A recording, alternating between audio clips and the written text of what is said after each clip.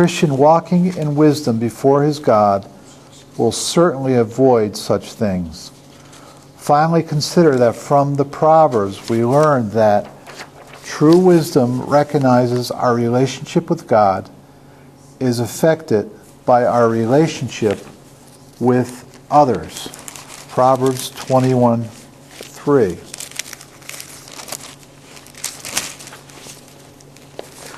To do what is right and just is more acceptable to the Lord than sacrifice.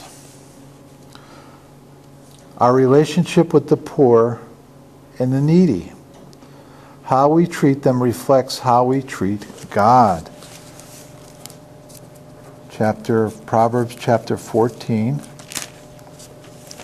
31. He who oppresses the poor shows contempt for their maker, but whoever is kind to the needy honors God. There are poor people out there. Unfortunately, there's a lot of people, too, who are professional panhandlers. When we were in Colonial Williamsburg, my wife and I were walking out where you sign in and you get your ticket, and there's this young woman sitting there with a bag right on the entranceway. And as soon as we walked by, she put her cell phone up to her. She goes, I don't know what I'm going to do. I'm homeless. I haven't eaten in 2 days. I got nothing to eat. I don't know what to do. Personally, my reaction was that it was a stage, and she was looking for money, handouts. She had a system going. So we have to understand that not all people are that way. And there are people who are generally have no money. I mean, that's the population I work with. I work with people that are very poor. They can't afford an apartment. They don't know how to get an apartment. They don't know how to do these things. And what we do is we help them to do this. And that's part of society's, effects that we should be doing.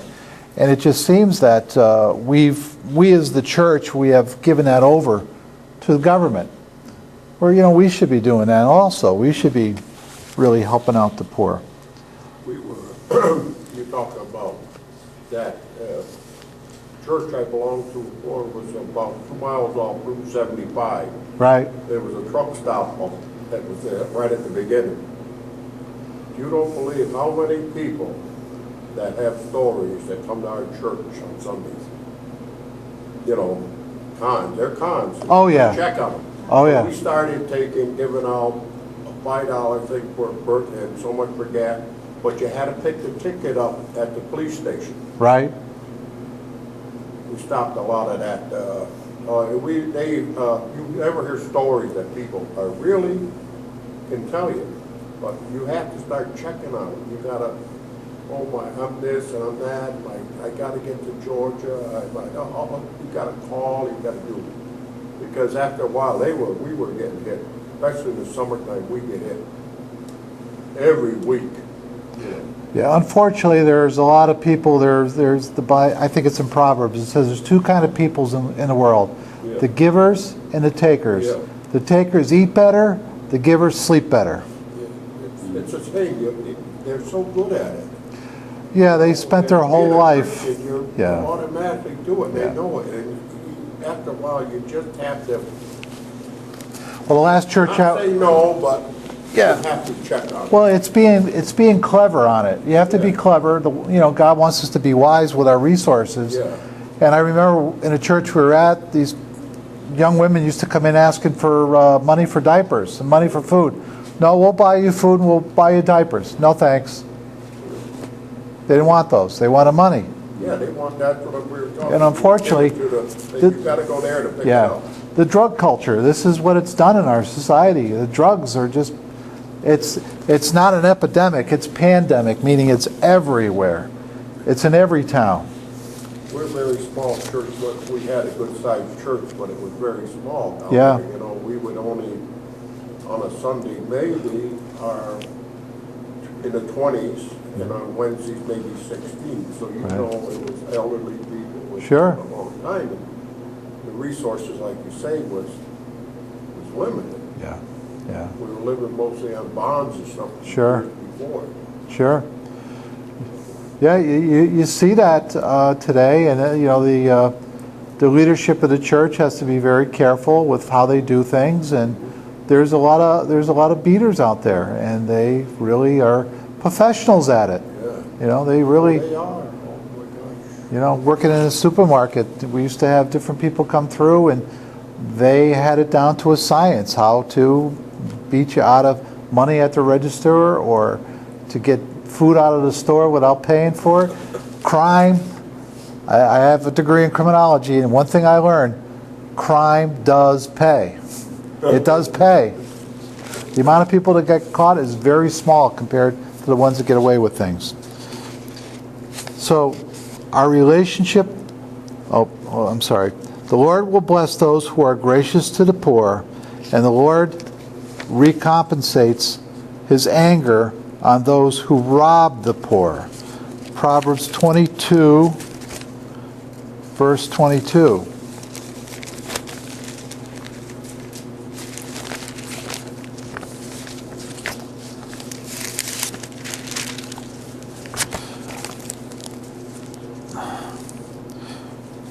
Do not exploit the poor because they are poor, and do not crush the needy in court. For the Lord will take up their case and will plunder those who plunder them. I had a client that he ran up a bill in the hospital, and he couldn't pay it, so they turned it over to a collection agency. And I had to go with him down a small claims court down in Waterbury. And basically the judge says, go out there and work it out. So we decided, on a figure what he was going to have to pay back, and we started to pay back. And then I get a bill, and this lawyer who's handling the account is charging like 21% interest. And I said, he's never going to pay this off. He's never going to be able to pay this off. This is robbery. You're using, was that usury? Usury to just get all this money from this man, extract this man. So eventually we decided not to pay the bill. God's concerned about our relationship with widows and the fatherless. Proverbs 15:25.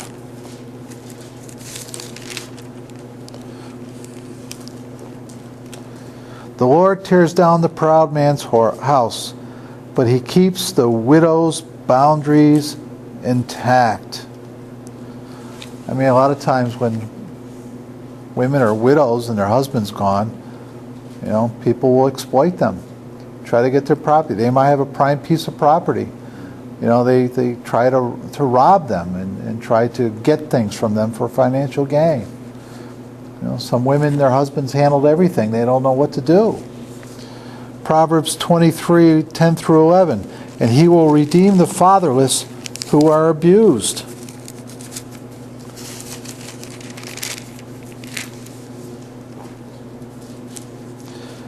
Do not move an ancient boundary stone, encroach on the fields of the fatherless.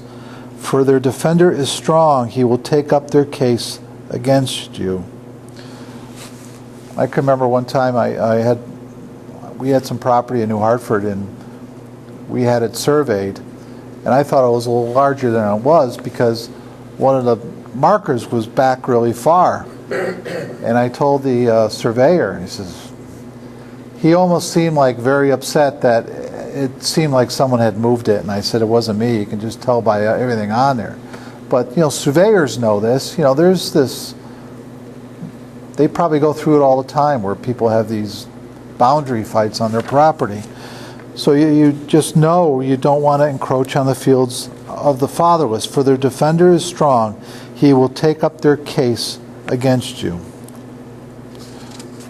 Our relationship with our enemies, the Lord is not pleased when we rejoice over the defeat of our enemies. That's called spiking the football, isn't it? God doesn't like that. 24:17. Do not gloat when your enemy falls. When he stumbles, do not let your heart rejoice.